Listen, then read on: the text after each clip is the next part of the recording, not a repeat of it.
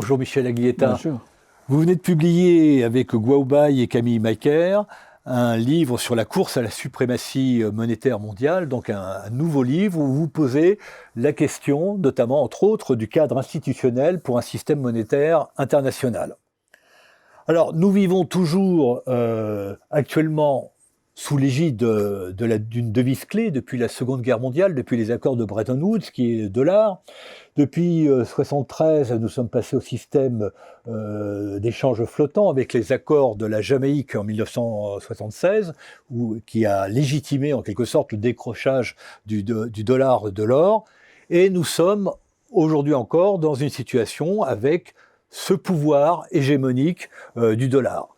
Mais nous assistons dans le même temps à un déclin relatif des États-Unis dans l'économie mondiale et dans le commerce mondial, une montée de nouvelles puissances, l'Europe d'une certaine part avec l'euro, mais surtout le rôle croissant de la Chine qui veut jouer un rôle monétaire international et qui met en place des outils.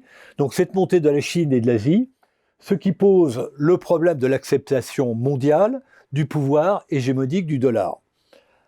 Alors, quelle est votre vision de ce nouveau cadre institutionnel du système monétaire international à construire? Alors, c'est effectivement un problème délicat, mais il est délicat d'autant plus que le développement des monnaies digitales de banque centrale va se multiplier.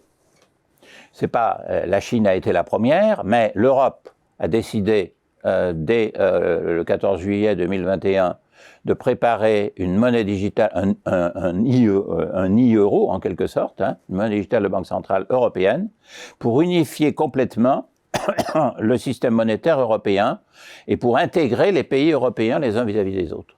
En rapport d'ailleurs avec ce qu'ils vont faire sur le plan budgétaire. Rappelez-vous que la réforme Next Generation EU, et puis Fit for 55, c'est-à-dire la Commission veut donner des directives pour une politique de développement écologique qui intègre les différents pays nationaux. Et donc, d'où l'importance, si je veux dire, des élections européennes françaises à cet égard d'ailleurs. L'unité de l'Europe est vraiment un élément crucial à développer. Mais le fait de développer une monnaie digitale de banque centrale en Europe est un des éléments importants. L'Inde est en train de mettre en route ce type de monnaie, ce qui veut dire qu'un grand nombre de pays du G20 vont vers ce type de monnaie. Donc, la question de fond, c'est comment peut-on fabriquer un système monétaire international dès lors que ces différentes monnaies nationales ont des codes digitaux qui leur sont incorporés et qui sont incompatibles. Alors, une solution a été mise en avant par Mark Carney dans un symposium de la Fed d'ailleurs en 2019 à Jacksonville, comme ils le font chaque année. Il dit, ce qui est possible, c'est de mettre en effet en rapport ces codes digitaux, dire qu'ils doivent être compatibles les uns avec les autres par un protocole commun, en sorte qu'on puisse fabriquer une espèce de monnaie digitale synthétique de banque centrale, comme étant la mise ensemble, en quelque sorte, de ces monnaies digitales, si vous voulez, nationales. Bon. Ça, c'est au plan technologique, au plan purement technologique. Les technologies, si vous voulez, sont incorporées, on a vu dans ces monnaies digitales banque centrale nationale, il faut que les protocoles soient compatibles les uns avec les autres. Oui, c'est ça. Et évidemment, c'est une possibilité, mais vous voyez le problème politique sous-jacent. Dès lors qu'en particulier qu'il n'y a pas de valeur universelle et tout dépend pas de l'Occident. C'est donc mais en tout cas une solution possible théoriquement. L'autre est donc si on pense qu'elle est, si vous voulez, difficile à mettre en place. L'autre solution est une solution de fabriquer au niveau universel ce qui est fait au niveau national. Ce qui est crucial dans le caractère, si vous voulez, sociopolitique de la monnaie, c'est-à-dire qu'elle fait lien social, c'est le fait qu'il y a une forme de liquidité qui est au-dessus des autres et qui est celle que la Banque centrale a pour mission de gérer. Eh bien, il faut faire la même chose au niveau international. C'est une possibilité. Donc, c'est la manière de ce que fait le livre, c'est d'essayer de prendre une solution que je dirais à la Keynes. Parce que ce Keynes voulait faire à Bretton Woods, c'était quelque chose comme ça. Il faut un niveau pour qu'il y ait unité du monde qui soit, si vous voulez, non hégémonique.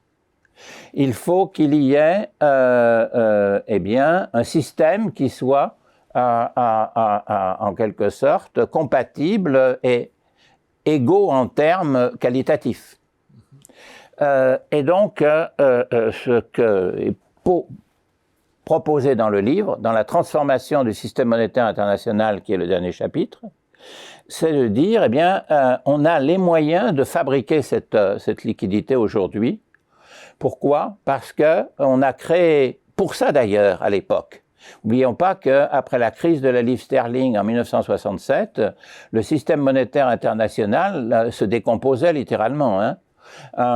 Vous aviez ça, et vous aviez la politique unilatérale américaine déjà, avec le financement de la guerre du Vietnam, hein, qui était un élément important, le projet de grande société en même temps, et donc une explosion de la dette publique américaine. Et ce qui entraînait évidemment une mise en cause du système de Bretton Woods, qui a d'ailleurs disparu.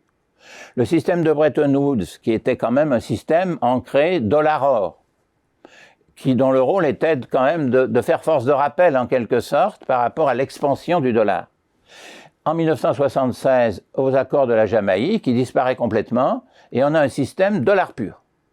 Alors, ce système dollar pur a comme caractéristique quelque chose de très important qu'on a appelé le dilemme Triffin, qui a été l'économiste qui a mis en avant ça très tôt, qui est de dire la chose suivante. Là, dans les conditions, si vous voulez, de suppression du système de Bretton Woods, le dollar est hégémonique de manière totalement unilatérale, en ce sens que l'offre de dollars ne dépend que de la politique intérieure du pays émetteur, alors que la demande de dollars est une demande mondiale de la part des opérateurs, si vous voulez, des acteurs du commerce international, qui veulent avoir une liquidité, si vous voulez, permettant la fluidité des échanges internationaux. Dès lors que les États-Unis mènent une politique, alors ça peut marcher. Ça peut marcher si cette hégémonie est une hégémonie bénéfique pour les pays qui y sont subordonnés. C'est-à-dire qu'ils acceptent, en effet, parce qu'ils tirent plus d'avantages, finalement, commerciaux, économiques, en termes de profit, quoi, en quelque sorte, pour la part des acteurs qui font le commerce, hein, plus d'avantages que d'inconvénients d'être subordonnés à une devise clé. Mais si ceci change de nature, parce que le pays émetteur mène une politique qui est contradictoire avec les besoins de la fluidité des échanges internationaux. À ce moment-là, vous tombez sur un processus qui crée ce qu'on appelle le cycle financier, avec des fluctuations, en particulier entre la devise en question et les autres, en particulier catastrophiques pour les pays émergents qui empruntent en dollars pour développer leur commerce, hein, en particulier pour importer des biens essentiels à eux. Et le résultat, on l'a vu, si vous voulez, à travers en particulier la crise quand les pays émergents ont subi, si vous voulez, avec la pandémie, et même avant, en 2015, hein, c'est une espèce de fractionnement du monde, avec en particulier une inégalité croissante entre les pays émergents et les autres. Et en effet, on a vu ça se produire en particulier avec ce qui s'est passé lorsque les Américains, avec Trump, ont mené une politique protectionniste interne. Donc en opposition totale avec l'unification monétaire, l'unification commerciale du monde. Et puis, vous l'avez vu aussi avec la pandémie, etc. Et donc, le problème, il est bien posé.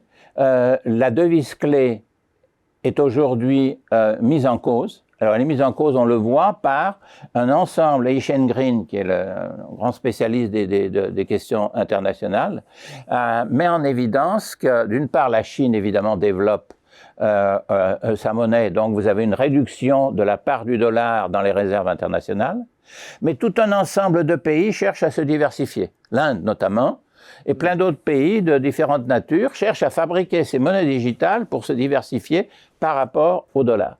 Donc il y a une mise en cause du principe de la devise clé. Et donc la question de fond, hein, et donc de l'hégémonie du dollar qu'il exprime.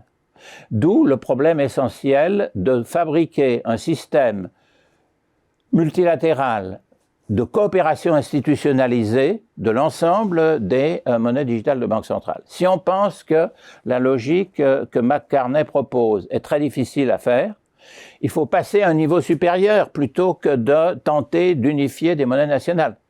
Et passer à un niveau supérieur, c'est définir une forme de liquidité ultime, et puis un prêteur en dernier ressort vraiment international, ce que Bretton Woods voulait faire. Hein. Une forme de liquidité ultime est le FMI comme prêteur international en dernier ressort. Vous dépassez l'idée d'avoir des systèmes régionaux qui sont en quelque sorte fédérés. Voilà, si on pense que ces systèmes, ça c'est la proposition McCartney. Hein. Si on pense qu'il est il n'est pas évident d'y arriver, parce que ça suppose une compatibilité politique extrêmement forte des pays émetteurs compte tenu de la nature de ces monnaies numériques. Eh bien, l'autre solution, en tout cas c'est une solution qu'on propose, c'est de dire les DTS sont faits pour ça. Pourquoi? Parce que les DTS sont des monnaies qui ne sont... C'est une forme de liquidité qui n'est la contrepartie de la dette d'aucun pays. Ça, c'est crucial. Et par conséquent, il n'est pas la contrepartie du dollar ou de quoi que ce soit, hein, d'aucune dette. Il est totalement créé ex nihilo et universel par nature. Donc, il y a néanmoins, enfin, le DTS c'est un panier de monnaie, il y a néanmoins des rapports de force au sein du FMI pour l'émission de ces DTS. Oui, bien sûr, mais on voit quand même l'importance de la nature de ça. C'est-à-dire que si le DTS est pris comme... On va voir les avantages que ça a pour les pays en développement en particulier. Mais pour la nature vraiment de la liquidité. C'est en effet une liquidité qui a caractéristique universelle et qui est émise ex nihilo, premier élément. Le deuxième élément qui va avec, c'est que cette forme de monnaie, eh bien, elle est sur un panier de devises. En conséquence, dans les fluctuations qui interviennent dans les crises financières, etc., elle est beaucoup moins, si vous voulez, vulnérable par rapport à des variations extrêmement fortes de la devise dominante vis-à-vis des autres. Le troisième élément, c'est que si on émet un DTS digital, il est possible, on élimine la barrière de ce qu'on appelle la barrière de taux zéro, qui correspond au cash standard.